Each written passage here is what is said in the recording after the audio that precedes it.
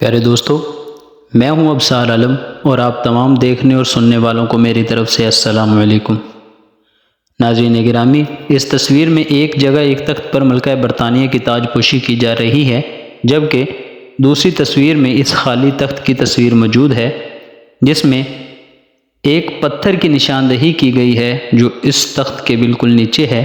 ناظرین گرامی، دراصل یہ وہ مقدس پتھر ہے جس پر حضرت داؤد علیہ السلام کو بٹھا کر تاج پوشی کی گئی تھی۔ اسے تخت داؤد بھی کہا جاتا ہے۔ جب حضرت سلیمان علیہ السلام نے ہیکل سلیمانی تیار کیا تو یہ پتھر دوسری مقدس اشیاء کے ساتھ ہیکل سلیمانی میں رکھا گیا۔ جب سن 70 عیسوی میں رومیوں نے فلسطین پر حملہ کیا تو لاکھوں یہودیوں کے قتل عام کے ساتھ ساتھ ہیکل سلیمانی کو بھی گرا کر تباہ کر دیا گیا۔ ٹائٹس نے یہی پتھر بھی ساتھ لیا اور اسے روم میں لا کر رکھ دیا۔ روم کے بعد یہ پتھر آئرلینڈ اور آئرلینڈ سے اسکاٹ لینڈ لایا گیا۔ آئرش اور اسکاٹش بادشاہ اسی مقدس پتھر پر بیٹھ کر تاج پوشی کی رسم ادا کیا کرتے تھے۔ اسکاٹ لینڈ سے یہ پتھر انگلینڈ لایا گیا۔ انگلینڈ میں بھی برطانوی بادشاہ اسی تخت داؤد پر تاج پوشی کی رسم ادا کرتے ہیں، جبکہ آج کل یہ پتھر برطانوی پارلیمنٹ کے ساتھ ایک چرچ میں موجود ہے۔ معزز خواتین و حضرات، تحقیق سے یہ بات سامنے آئی ہے کہ یہودی اس تخت داؤد کو اس کی اپنی پرانی جگہ یعنی تیسری بار تعمیر کیے جانے والے ہیکل سلیمانی میں دوبارہ رکھنا چاہتے ہیں۔ یہودیوں کے عقیدے کے مطابق اسی تخت داؤد پر ان کا مسیحا آ کر بیٹھے گا اور ساری دنیا پر حکومت کرے گا، یعنی وہ مسیحا جسے ہم مسلمان دجال کے نام سے جانتے ہیں۔ اور عیسائیوں کے مطابق اس تخت پر ان کے مسیح حضرت عیسیٰ علیہ السلام آ کر بیٹھیں گے۔ پیارے دوستو، تو آپ سبھی کو معلوم ہوگا کہ اس ہیکل کے تمام حصے یہودیوں نے تیار کر رکھے ہیں، اب صرف ان کو نصب کرنا باقی ہے۔ یہ ہیکلین اسی جگہ تعمیر کیا جائے گا جہاں اس وقت مسجد اقصیٰ موجود ہے۔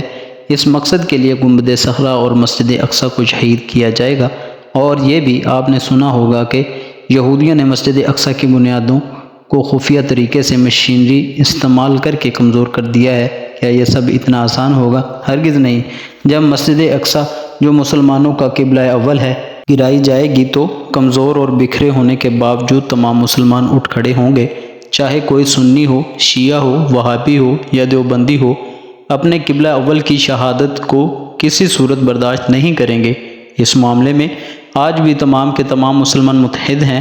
نتیجہ میں آخری عالمی جنگ شروع ہوگی جس کے بارے میں نبی کریم صلی اللہ علیہ وآلہ وسلم کی پیشن گوئیاں موجود ہیں کہ وہ اتنی خوفناک جنگ ہوگی کہ حدیث پاک میں آتا ہے کہ اس جنگ میں اتنی خون ریزی ہوگی کہ زمین لاشوں سے بھر جائے گی۔ ایک پرندہ زمین پر خالی جگہ کی تلاش میں اڑے گا، لیکن اسے زمین پر کوئی ایسی جگہ نہ ملے گی جہاں انسانی لاش نہ ہو، حتیٰ کہ وہ تھک کر گرے گا تو جہاں گرے گا وہاں بھی لاشوں کا ڈھیر ہوگا۔ پیارے دوستو، یہ جنگ ہر صورت میں ہو کر رہے گی۔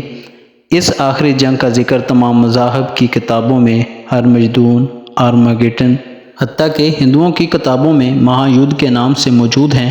یہودی اور عیسائی اس جنگ کے لیے مکمل تیار ہیں۔ ان کی ایک نیٹو فوج پوری تیاری کی حالت میں ہے، جبکہ مسلمان ابھی تک اپنے مسلکوں میں الجھے ہوئے ہیں۔ یہ ان کو عیاشیوں، بدماشیوں اور فرقہ بندیوں میں الجھا دیا گیا ہے۔ آج پاکستان کو دیکھیے، مذہبی جماعتوں کے آپس کے مومن اور کافر جھگڑے چل رہے ہیں۔ بوڑھے، بچے، جوان اور بزرگ سب کے سب میڈیا اور بے حیائی کی طرف گامزن ہیں۔ میری قوم کو ان چیزوں میں الجھا کر دین سے دور کر کے یہ لوگ اپنے اصل مشن پر پوری توجہ سے کام کر رہے ہیں۔ محترم دوستو، میری آواز کسی تک پہنچے نہ پہنچے، کسی کے دل پر اثر کرے نہ کرے، میرا فرض ہے کہ میں آواز حق بلند کروں۔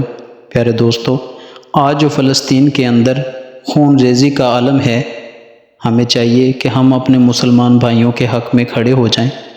تمام مسلم ریاستوں کو چاہیے کہ وہ اپنے ان مسلمانوں کے حق کے لیے کھڑے ہو جائیں، چاہے اس کے بدلے جو کچھ بھی کرنا پڑے وہ ہم کر جائیں۔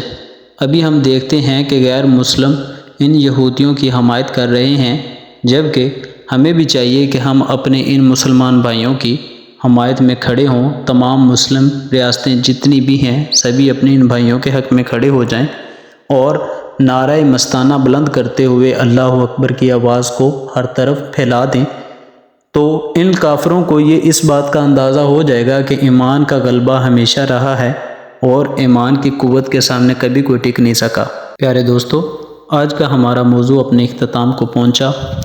اللہ پاک سے دعا ہے کہ اللہ پاک فلسطین کے مسلمانوں پہ رحم فرمائے، اور اسی دعا کے ساتھ اللہ پاک آپ سب کا حامی و ناصر ہو۔ مجھ ناچیز کو اپنی دعاؤں میں یاد رکھیے گا۔ اللہ حافظ۔